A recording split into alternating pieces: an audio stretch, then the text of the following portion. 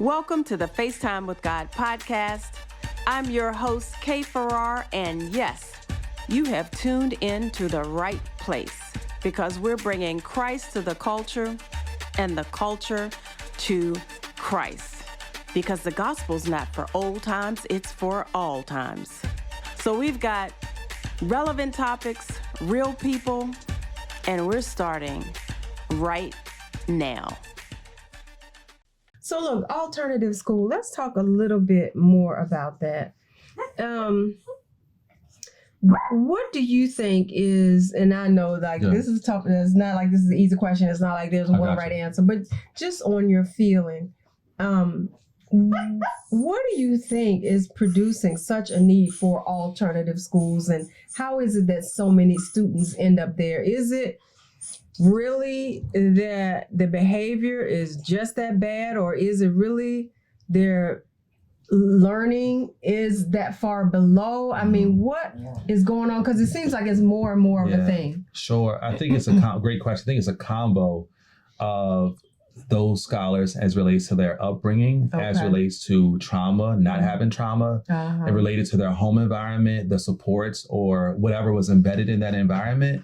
And so when that scholar shows up into whatever building it is, they bring all of that with them, as we all bring our own baggage or luggage, so to speak. Yeah. And so my scholars at Glenlee Elementary School come from the context of poverty. I remember 2 years ago when I first started, there was a situation where over winter break, one of their brothers was murdered on Christmas Day. And that scholar still had to come to school after break, of course, and over time, but to still be expected to perform in this comprehensive school environment with this traumatic experience in the back of their mind. And so some people can navigate that differently than others. And so I think really everybody needs an alternative environment as relates to meeting them where they are. And so for what I try to do in my class, this we're gonna learn, we're gonna make learning fun. Because really you weren't successful for whatever reason in that other way of doing it. So really, how can we be more hands-on? How can we have use of manipulatives and scientific labs and investigation, exploration, etc., to still get what you could have gotten in the other setting, but maybe you didn't get it in the way that you needed. The thing that I had when I was a principal in RPS was we had a group called Child Savers. I had RBHA, Richmond Behavioral Health, and they would come in and work with my teachers also, because another part of it now is the secondary trauma that our teachers experience, right? And compassion fatigue, right? Because as a teacher, as an educator, right? As a caring person, oh my God, I can't believe this young person went through this traumatic, oh my gosh, she went. And so then they get trauma as a teacher, as an adult. And so then they have to navigate that space. And so I think it's just, everybody learns differently. So I try not to look at it as, from my view, as it's not a weakness, it's just they needed something different. And so that's their strength. Again, the thing about my kiddos that I tell people, they have to be able to read you in a couple seconds and know if you're going to try to hurt them, if you're going to be honest, because they read your body language, they read your smile or lack thereof, your tone of voice. Are they going to try to hurt me? And so that's their secret sauce. They just need to be, and think about it. If you have common sense and street sense, and then you got book sense, you're a triple threat. Oh yeah, absolutely. Nobody can hustle you or anything like that. Absolutely. But the thing I get just flowing out of you is your positivity. Respect. Were you always this positive? I would like to say yes. But I think the mentors that I've had in my life have always embodied being positive.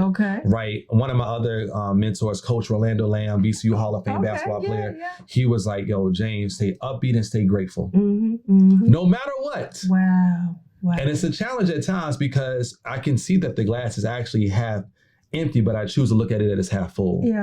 So respect. That is so awesome. It is so awesome. So what would you say is the biggest challenge for your students right now? Would it be economic? Would it be their family structure? What's the biggest challenge? Because we know statistically what's feeding your school is predominantly, we say poverty. And the numbers are saying that, because I don't have, but I did pull it up, was predominantly African American. But what is the biggest challenge you see amongst your students? Mindset. So again, I'm not even calling you. If you're at my school, I'm not even calling you a student. I'm calling you a scholar. I love that. And I explain to them what a scholar is. So a scholar reads, a scholar studies, a scholar practices. A scholar puts in time behind the scenes so when they show up to school, they can be effective. And so I'm calling you that because, so this is my third year serving as a principal at Glenlee Elementary School. Okay. And so I was like, okay, based upon the survey data, they wanted more information about colleges and careers.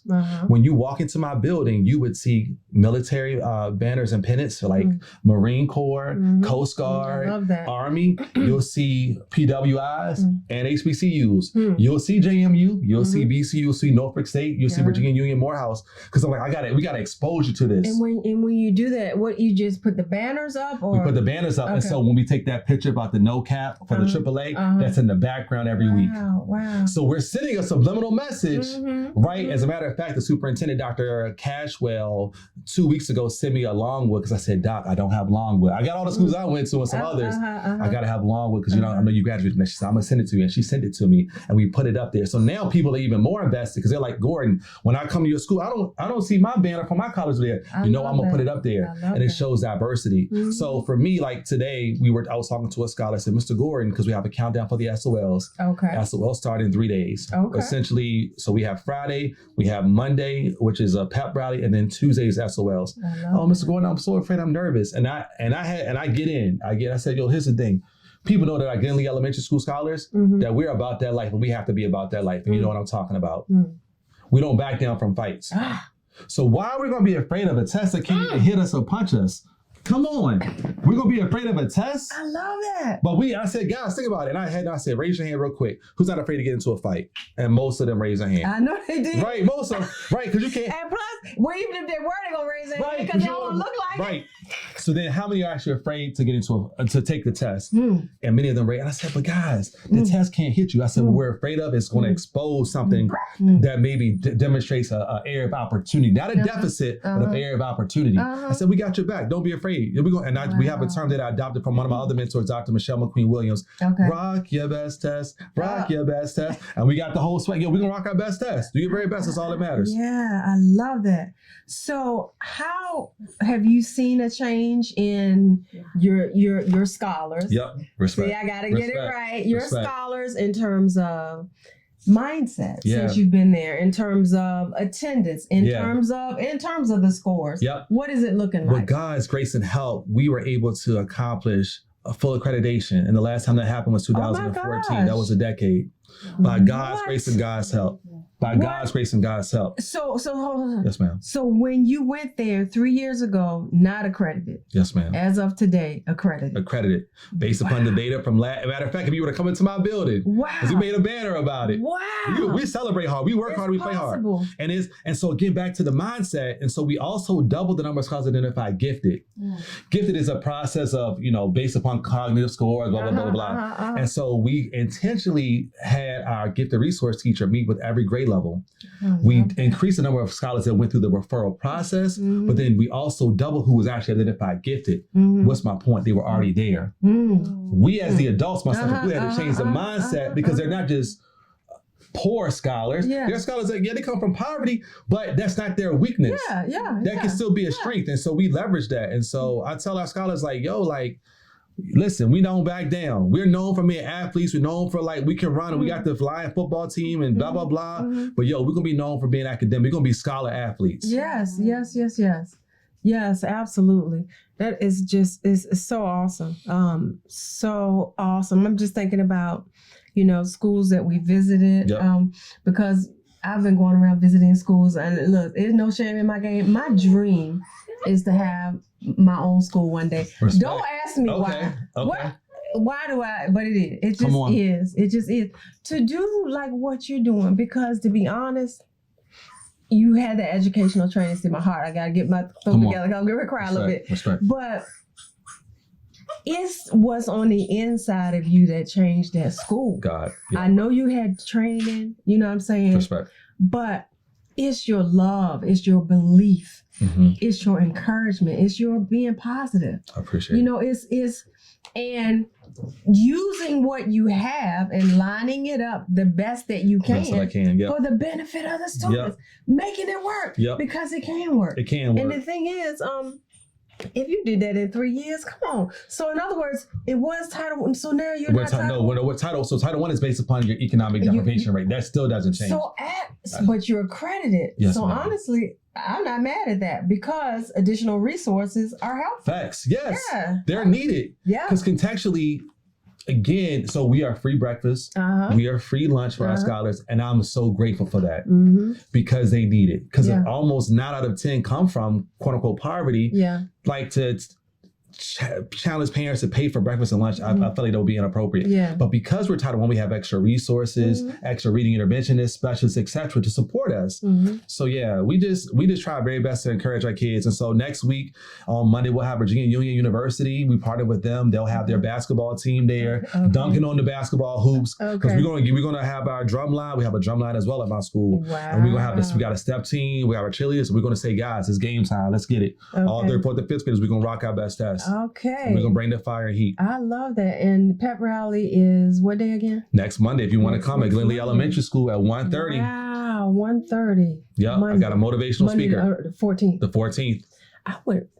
I'll talk to you. I would just love to get footage or whatever that may be approved or what have you, so that we can show the positivity. I mean, I really would whenever if it ends up being appropriate, and we can work something. We got some clips from last. Yes, I'm Yeah. totally fine. Yeah, because here's the thing: what ends up happening is, and I tell my teachers and my team, we have to celebrate you all more, myself included. We have to celebrate my teachers more, right? Because you all go through a lot as it is. And so you're trying your very best each and every day to meet the needs of our scholars. And so I want them to know, like, I celebrate them. Wow. So let's talk about teachers for a minute. Come on.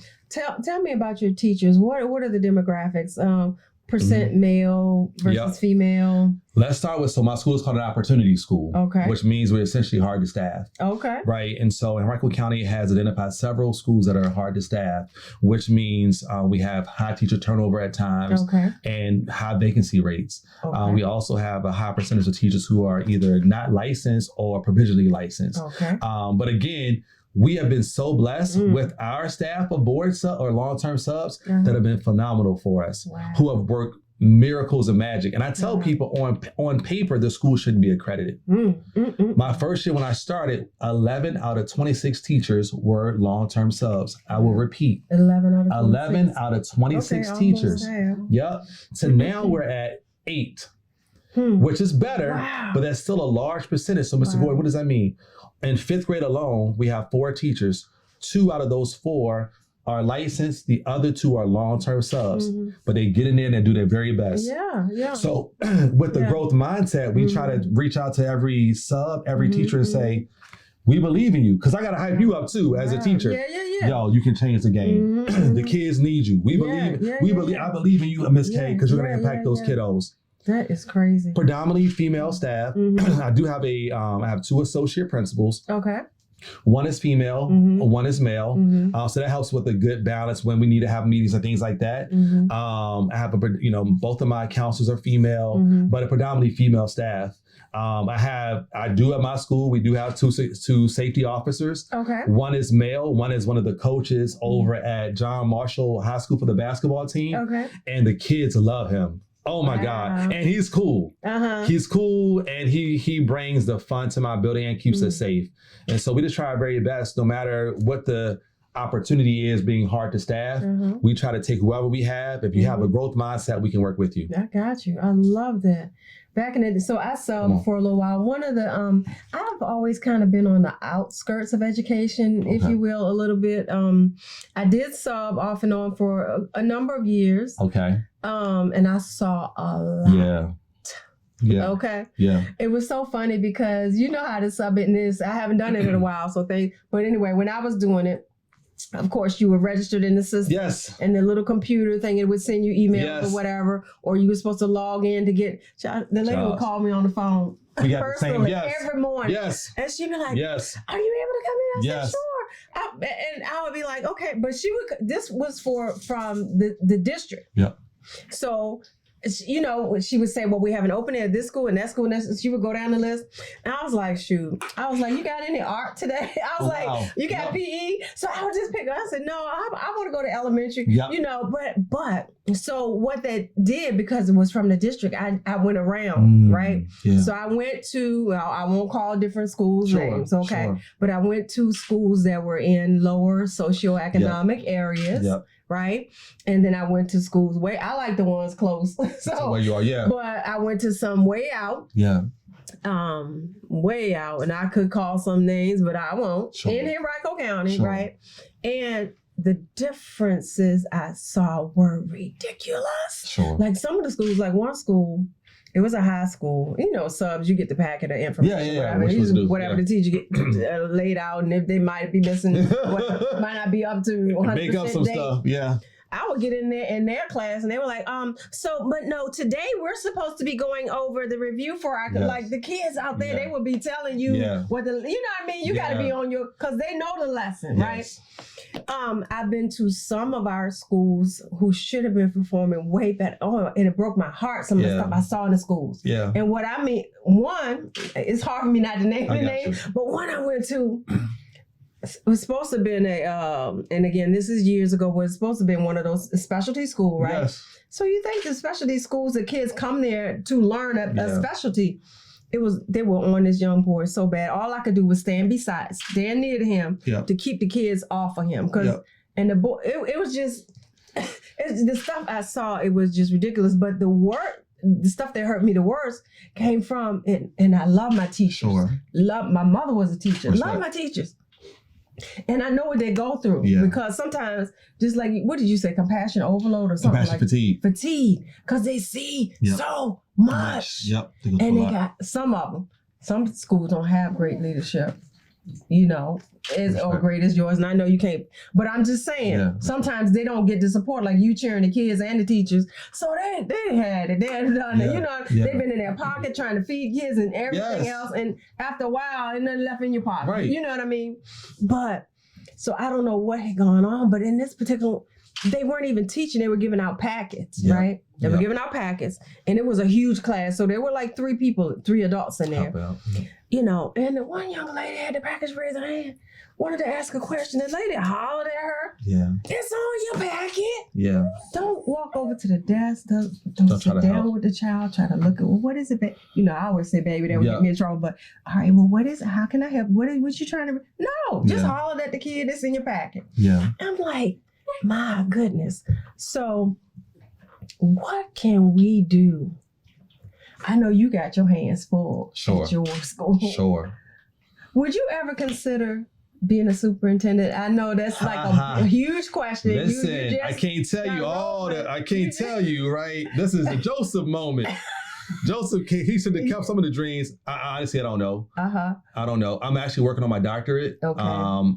With God's grace and help, later this month, I'll be able to have my dissertation proposal defense and be able, because my research is connected to what effective strategies can principals of hardest staff schools use to recruit and hire highly qualified teachers post-COVID. Gotcha. Because the pool of teachers has gone down as we know. So I don't know what's going to happen after I am able to, with God's help, accomplish that dissertation doctorate being finished. But I just don't want to help people and kids. It's whatever I do in teachers and communities. I got you. All right, so we're going to give you the last question, and I got another little prop here. If I can get it out. Got another little prop. All right. So this is I'll take that from you. This is a golden key. Oh, wow. So if that key could open any door, make any change, take you anywhere in the world, allow you to do anything you wanted to do, but it can only be one thing, what would you use that key to do? Help kids and families from communities that are like the community that I serve. Help kids and families. Awesome. Help kids and families. So Principal Gordon, what that is telling me is that you're in your purpose and you're doing what's in your heart. We're going to end this podcast because I ain't trying to cry. You trying to make me cry too? I ain't trying to cry podcast, but God bless you, sir. Much respect. Keep doing what you're doing. Oh, thank you so much. Love you too. Thank you. All right. Colossians 3:23 and 24. And whatever you do, do it with all your heart as unto the Lord and not unto men, knowing that it's of the Lord that you shall receive the reward of the inheritance, because you serve the Lord Christ.